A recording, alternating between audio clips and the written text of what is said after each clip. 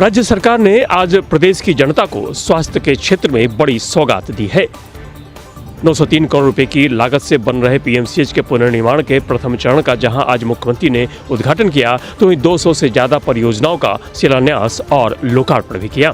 मुख्यमंत्री नीतीश कुमार ने आज 903.57 करोड़ की लागत से पटना चिकित्सा महाविद्यालय एवं अस्पताल के पुनर्विकास परियोजना के प्रथम चरण के अंतर्गत नवनिर्मित भवनों सहित बिहार की 214 परियोजनाओं का लोकार्पण तथा 17 परियोजनाओं का शिलान्यास किया। आज के कार्यक्रम में पीएमसीएच के पुनर्विकास परियोजना के अलावा मुख्यमंत्री ने शिलापट अनावरण कर 408.68 करोड़ रुपए की लागत से राज्य की 211 परियोजनाओं को लोकार्पण तथा 16 परियोजनाओं का शिलान्यास किया। पटना चिकित्सा महाविद्यालय एवं अस्पताल के पुनर्विकास परियोजना के द्वितीय चरण का निर्माण कार्य मार्च 2024 से प्रारंभ किया जा रहा है।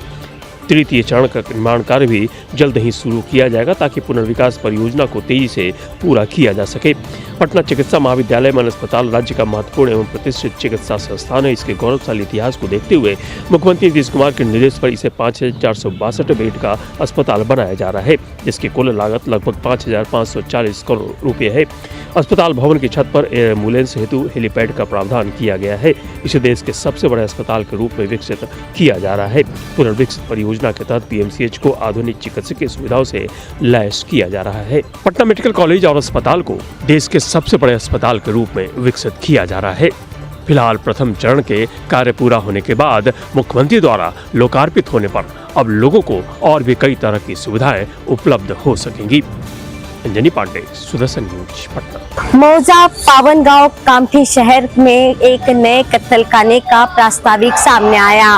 कत्ल खाने को लेकर भारत के संविधान अनुच्छेद 21 के अनुसार मूल निवासी वंचित किया जाएगा, तो वही उसके साथ समान और सम्मान के साथ व्यवहार किया जाएगा। लेकिन आपको बता दें, उक्त भूमि अधिग्रहण को रद्द करने की मांग गांववासी कर रहे हैं, क्योंकि यहाँ 1 से 1.5 किलोमीटर के भीतर NMRDA द्वारा अनुमोदित लेआउट है, जो पावन गांव में स्कूल भी है, 4 स्कूल है और कॉलेज भी है, तो वही 100% यहाँ हिंदू ही रहते हैं। ऐसे में बूचड़ खाना यानी कत्ल खाने की वजह से धार्मिक भावना आहत होगी, तो वही कानून और सुव्यवस्था के लिए भी इस समस्या को निर्माण होने से बचाना होगा।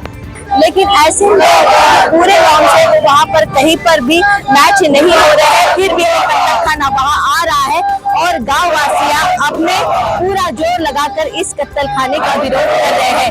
स्नेहल जोशी, सुदर्शन न्यूज के लिए, नागपुर, महाराष्ट्र। जय हिंद। आज दिल्ली एनसीआर में north east media forum cricket tournament की शुरुआत हो चुकी है।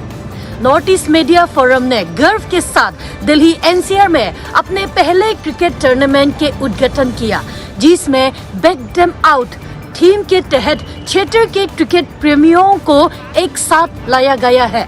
उद्घाटन मैच 24 फरवरी 2024 को राइनो क्लब ऑफ फरीदाबाद और नॉर्थ ईस्ट मीडिया फोरम के बीच फरीदाबाद के RS क्रिकेट क्लब मैदान में उत्साही जयकारों के बीच आयोजित किया गया था।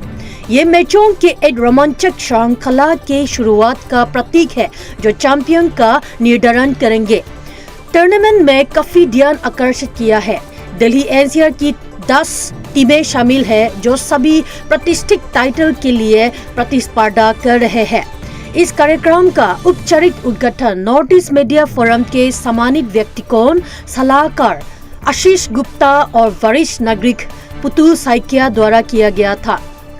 आभार व्यक्त करते हुए नॉर्थ ईस्ट मीडिया फोरम के महासचिव प्रांजल प्रतिम दास ने टूर्नामेंट में उनके उत्साहपूर्ण भागीदारी के लिए सभी प्रतिभागियों के हार्दिक सराहना भी की है। दूसरा लीग मैच 2 मार्च 2024 को निर्धारित है। उसके बाद 9 मार्च 2024 को सेमीफाइनल मैच होगा। ग्रैंड फिनाले 10 मार्च 2024 को प्रतिष्ठित नई दिल्ली के Delhi police cricket ground GTB नगर में होंगे। जैसे जैसे टूर्नामेंट अपने चैंपियन बनाने की ओर बढ़ रहा है, रोमांचित मैचों के अपडेट्स और हाइलाइट्स के लिए हमारे साथ बने रहे। मैं सुदर्शन न्यूज चैनल के लिए नई दिल्ली से। लोकसभा चुनाव को लेकर बीजेपी का केंद्रीय नेतृत्व पहले चरण में राजस्थान में कुल 18 उम्मीदवारों की घोषणा कर सकता है। वहीं इसके बाद 7 उम्मीदवारों की घोषणा हो सकती है। आपको बता दें कि बीजेपी के केंद्रीय नेतृत्व में प्लान ए और प्लान बी बनाया है, जिसके अंदर जो 18 उम्मीदवार हैं उनको रिपीट किया जाएगा और उनमें से जो बचे हुए 7 उम्मीदवार हैं उनमें से नए चेहरे इस बार देखने को मिल सकते हैं। सर्वे रिपोर्ट और परफॉर्मेंस के आधार पर प्रदेश बीजेपी लोकसभा सीटों पर पैनल तैयार कर रही है, जिसे केंद्रीय चुनाव समिति के समक्ष रखा जाएगा। वहीं 7 सीटें ऐसी हैं जिसे बीजेपी आसान नहीं मान रही है।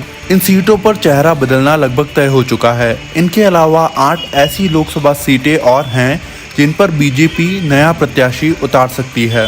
बहरहाल आपको बता दें कि पिछले सप्ताह 22 फरवरी को राजस्थान में कोर कमेटी की बैठक हुई थी, जिसके अंदर लोकसभा चुनाव को लेकर मंत्रणा की गई थी और उसके बाद शनिवार को जहां पर अमित शाह मौजूद थे और केंद्रीय नेतृत्व की कोर कमेटी की भी बैठक हुई थी।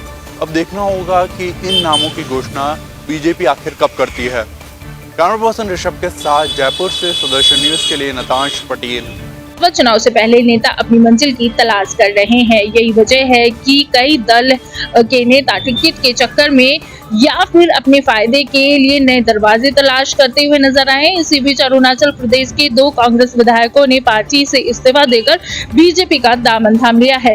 वहीं नेशनल पीपल्स पार्टी यानी एनपीपी के 2 विधायक भी बीजेपी में शामिल हो गए हैं और शनिवार को आम आदमी पार्टी और कांग्रेस ने दिल्ली और गुजरात समेत 5 राज्यों में सीट शेयरिंग को लेकर आधिकारिक घोषणा की थी।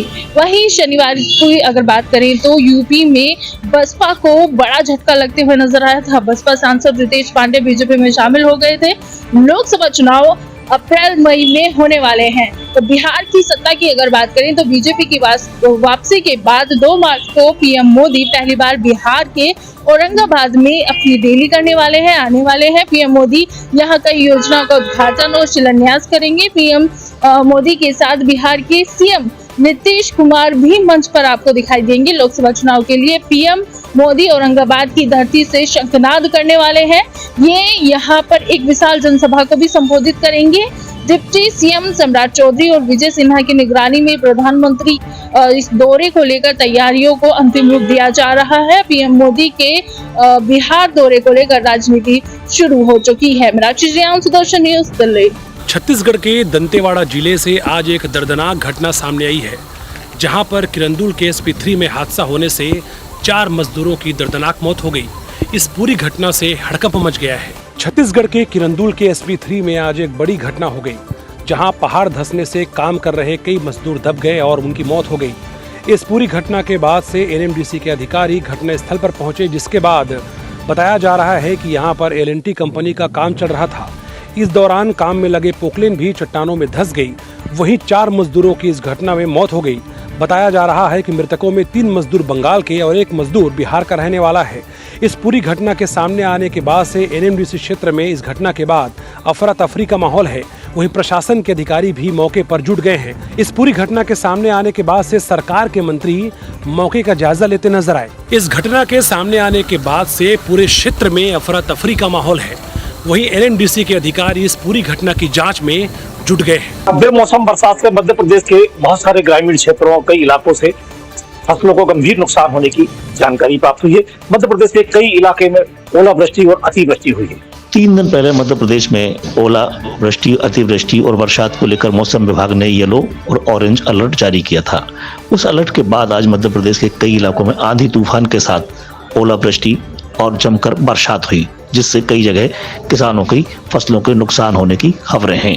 प्रदेश में हुई अतिवृष्टि और ओलावृष्टि को लेकर मध्य प्रदेश के मुख्यमंत्री डॉक्टर मोहन यादव ने आज कैबिनेट में कलेक्टरों और प्रशासनिक अधिकारियों को सख्त चेतावनी देते हुए कहा कि किसानों के नुकसान की पूरी सर्वे कराया जाए, पूरी जानकारी जुटाई जाए ताकि किसानों को समय पर मुआवजा मिल सके। कैमरामैन शक्ति सिंह के साथ भोपाल से रामस्वरूप शर्मा।